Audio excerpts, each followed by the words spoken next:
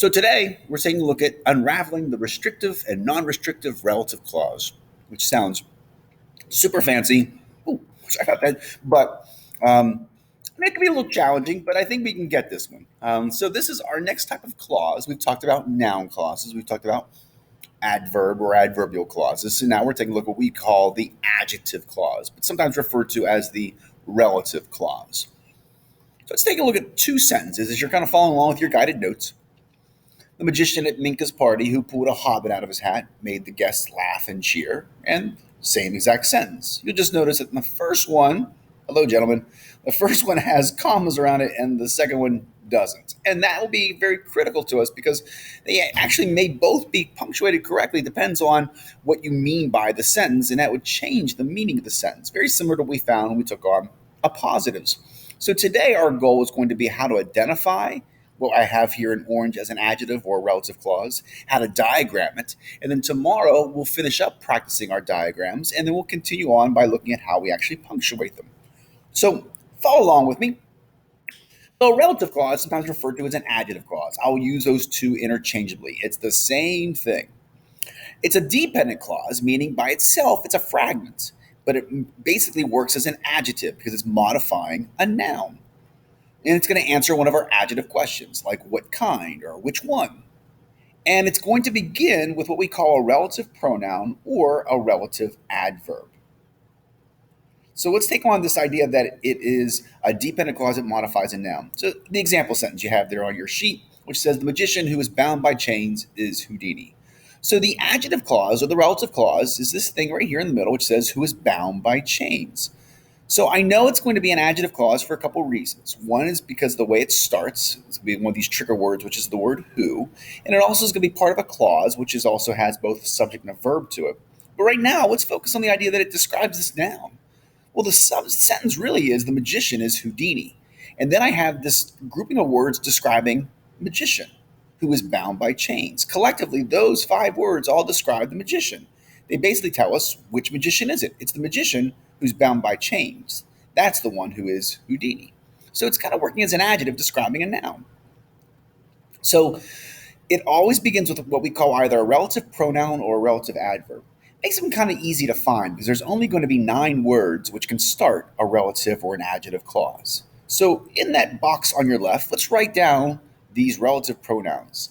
These would be who and whom, whose and which, what, and then the word that. So those are our 6 relative pronouns. Who, whom, whose, which, what, and that. And what it means then is we call them a relative pronoun because it relates back. See the word relative and the word relate? See how it kind of relates? Works on a couple different levels. I know it's fun. It relates back to the noun as a replacement for it within the adjective clause. So a replacement word is like a pronoun, a replacement word, and it's related to it. And so let me show you what I mean. Example sentence. The children watched the stuntman who tried to fly from atop their school building. If you want to, maybe even underline who tried to fly from atop their school building in that example sentence. And then I want you to see that the word who is actually renaming the word man. Who is actually equal to the word man. So when I take this relative clause out of its context and just simply write it as who tried to fly from atop their school building, I want you to see that the word who actually is the word man. I can actually put the word man in place of that and say, man tried to fly from atop their school building. So who and man are the exact same thing. It's just the fact that the word who is referring to man. It's like using the word he to refer to a person's name, a boy, or the word she to refer to a girl. Who is just referring to man. Pretty easy. Another example. The problem that he is having is with his paper mache wings. I think that's paper mache, but it looks kind of fancy. Maybe it's papier mache. It's got some fancy things going on there. I know. Anyway, if I take this thing out of context that he is having, I'm going to see that the word that is replacing the word problem. You're going to start noticing a trend here. I'm going to see if I can bring up my pen, or my highlighter at least. Laser pointer, Jeffrey. Let's do that. I want you to see that the word that is replacing this word problem. It's usually pretty close to the word it's modifying. So that he is having is actually describing the word problem. And so it actually replaces it. So I take this thing which says problem that he is having, I can basically take that word problem and put it in place of that word that and say problem he is having. So basically, the word problem is replacing the word that. Well, no one ever says problem he is having. So I would kind of invert this around and saying he is having problem. The point we're showing here is that these relative pronouns, who and whom, whose, which, what, and that, are basically replacing a noun. And so when you put that noun back into that little clause, it should make sense. Sometimes you have to kind of twist things around a little bit, like you have to in this one. And that'll happen sometimes with the word that, with the word what, with the word whom. And this will help us understand who versus whom a little bit more. The other one we have on this front page is also our relative adverbs. So these are our relative adverbs: why, when, and where. Why, when, and where. These are all adverbs, but we're going to use them to create an adjective. Let me show you what I mean.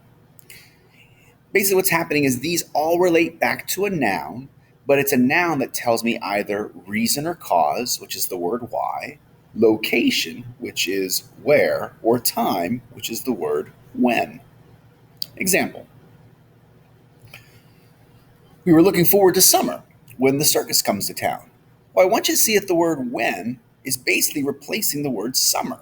When I say when is looking for something that tells me time, and it's describing a noun, and the noun it's describing is summer.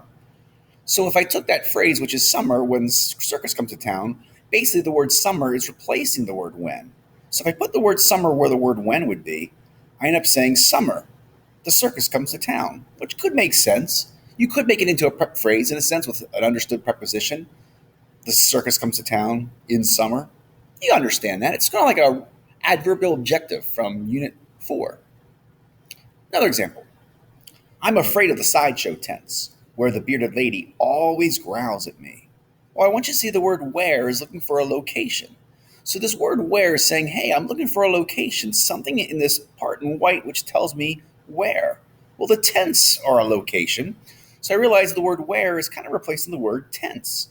So when I put the word tents in for the word where, I end up with a sentence which says, tense, the bearded lady always growls at me, which makes no sense at all. So once again, maybe think of it almost like sort of an imaginary prep phrase, like saying the bearded lady always growls at me in the tense. That's the best I can possibly do with this one. All right. So this is sort of the basics of a relative clause, but I really believe that a diagram helps us visually see it much better than sometimes looking at it in a sentence format. So as we turn the page, we're going to take a look at 3 sentences and see how we can actually find the adjective clause, diagram it, and show how it relates back to the main sentence. So I'm going to do this in 3 small videos for you. Sweet. Let's visualize these. Thanks, boys. Yes, I would like that too.